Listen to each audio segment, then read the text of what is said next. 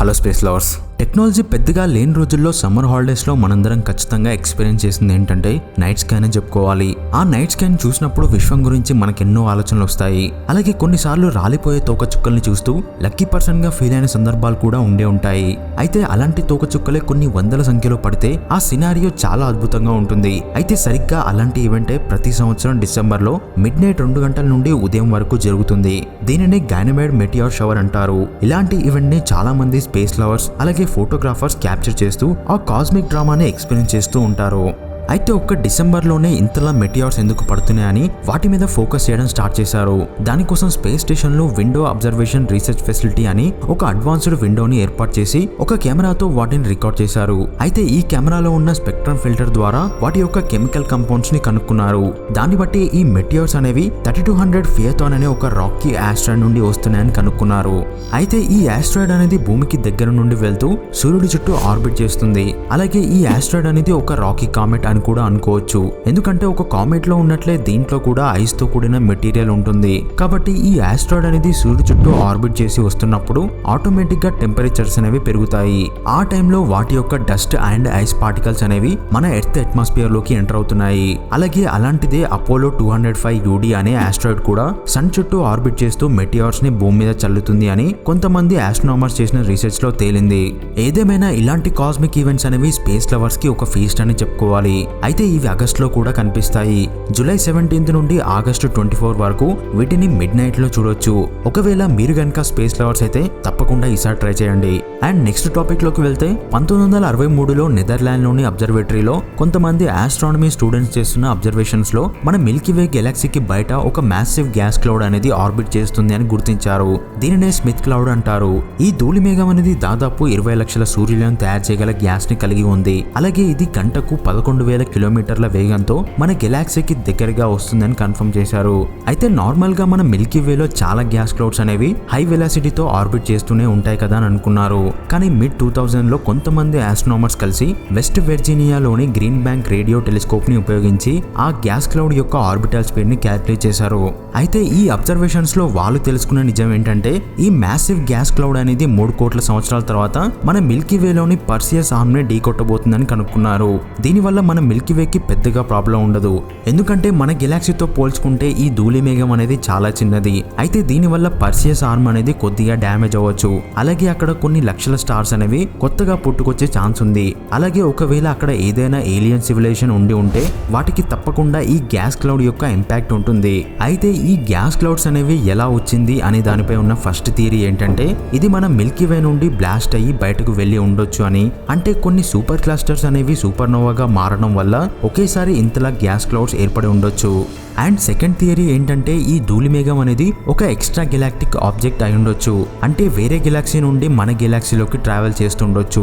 అయితే ఈ విషయాన్ని కనుక్కోవడానికి హబుల్ టెలిస్కోప్ లో ఉన్న కాస్మిక్ ఆరిజిన్ స్పెక్ట్రోగ్రాఫ్ ద్వారా ఆ గ్యాస్ క్లౌడ్స్ లో ఉన్న ఎలిమెంట్స్ ని గుర్తించారు. అందులో ముఖ్యంగా సల్ఫర్ అనేది ఎక్కువ మొత్తంలో ఉంది అని కనుక్కున్నారు. అయితే ఇది సరిగ్గా మన మిల్కీవేలోని అవుటర్ డిస్క్ లో ఉన్న గ్యాసెస్ తో మ్యాచ్ అయింది. అంటే మన మిల్కీవే అవుటర్ డిస్క్ లో కూడా సల్ఫర్ ఎక్కువగా ఉంది. కాబట్టి ఇది ఖచ్చితంగా మన మిల్కీవే గెలాక్సీలోనిదే అని కన్ఫర్మ్ చేశారు. అయితే ఇక్కడ ఒక ఇంట్రెస్టింగ్ విషయం ఏంటంటే ఈ గ్యాస్ క్లౌడ్స్ అనేవి మన మిల్కీవేలోని సరౌండింగ్ లో ఉన్న డార్క్ మ్యాటర్ హాలోలో స్ట్రక్ అయింది. అంటే డార్క్ మ్యాటర్ అనేది కొన్ని గెలాక్సీల చుట్టూ ఉండడం వల్ల అక్కడ స్పేస్ అనేది ఎక్కువగా బెండ్ అవుతుంది. కాబట్టి ఈ గ్యాస్ క్లౌడ్ కూడా అందులో స్ట్రక్ అవడం వల్ల స్లోగా ఎవాపరేట్ అవుతుంది. అలాగే దీన్ని ఒక డార్క్ గెలాక్సీ అని కూడా అంటారు. ఎందుకంటే ఇది డార్క్ మ్యాటర్ హాలోలోకి వెళ్ళింది కాబట్టి దీన్ని డార్క్ గెలాక్సీ అంటారు. అయితే ఈ గ్యాస్ క్లౌడ్ స్లోగా ఎవాపరేట్ అవుతూ మన గెలాక్సీ వైపుగా ట్రావెల్ చేస్తుంది. అయితే ఈ గ్యాస్ క్లౌడ్ అనేది మన గెలాక్సీలో ఎలా ఏర్పడింది, అలాగే 20 లక్షల స్టార్స్ ఒక్కసారిగా సూపర్నోవాగా మారిపోయేంతలా ఏం జరిగింది అనేది ఇప్పటికీ మిస్టరీ అని చెప్పుకోవాలి.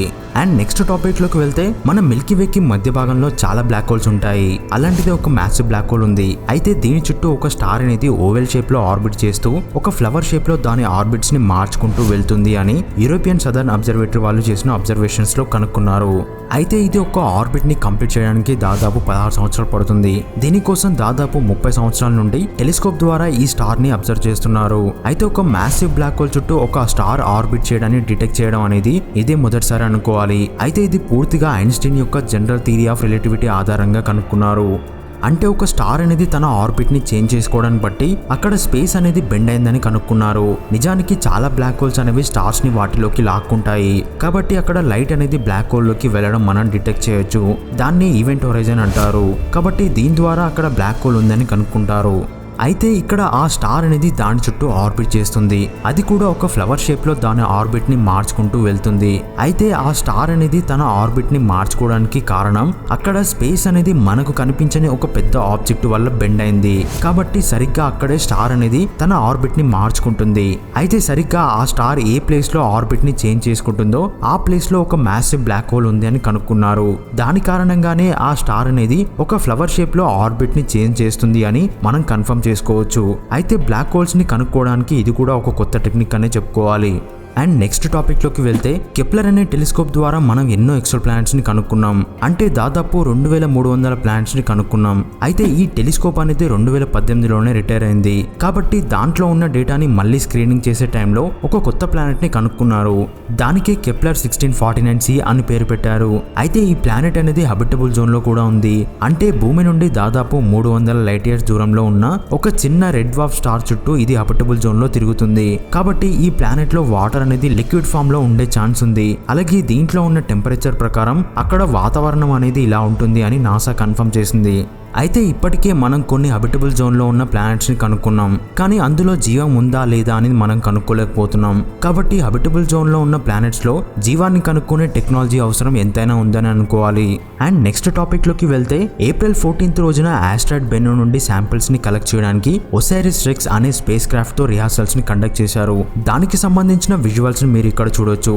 ఇది దాదాపు 65 మీటర్ల వరకు క్లోజ్ గా వెళ్లి మళ్ళీ రిటర్న్ వచ్చింది. సో ఇలా కొన్ని రిహార్సల్స్ చేశాక బెన్ను సర్ఫేస్ ని టచ్ చేయడం వల్ల ఎలాంటి ప్రాబ్లం లేదు అని కన్ఫర్మ్ చేసుకొని ఫైనల్ గా శాంపిల్ కలెక్షన్ చేయడం అనేది జరుగుతుంది.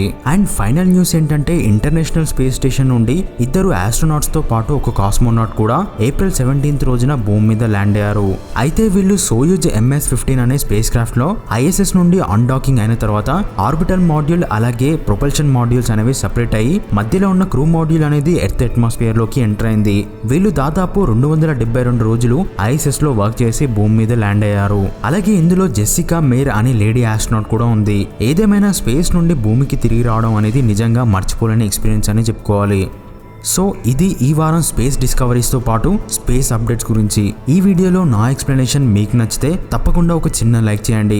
అలాగే మీరు కనుక స్పేస్ లవర్స్ అయితే తప్పకుండా నా ఛానల్ని సబ్స్క్రైబ్ చేసి పక్కనే ఉన్న బెల్ ఐకాన్ని క్లిక్ చేయండి. అలాగే స్పేస్ డిస్కవరీస్తో పాటు ఇలాంటి స్పేస్ అప్డేట్స్ గురించి ఎప్పటికప్పుడు తెలుసుకోవాలి అనుకునే వాళ్ళు కింద కామెంట్ రూపంలో నాకు తప్పకుండా తెలియజేయండి.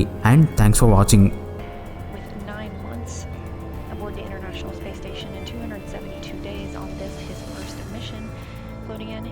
Engineer 2 in that right seat, followed by Oleg Skripochka, Roscosmos cosmonaut, the Soyuz commander, and Anatoly Ivanishin.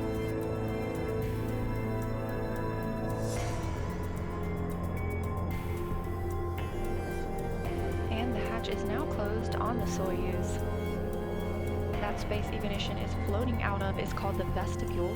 That's the portion that will be depressurized to the vacuum level in preparation for undocking later tonight.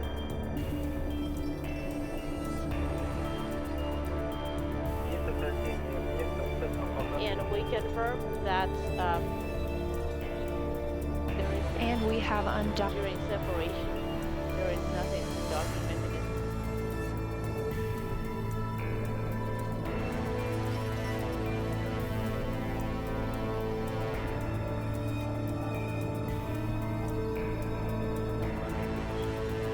There is some interference. We are sending E-1 command. ZFCC, Moscow. Please select Tehan line on the input panel. Please select descent.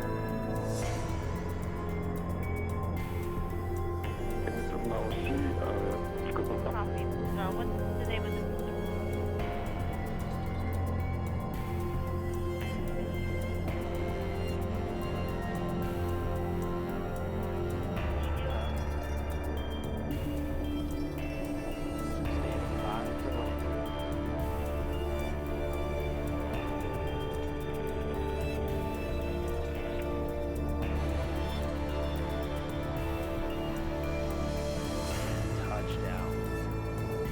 Landing confirmed 2:30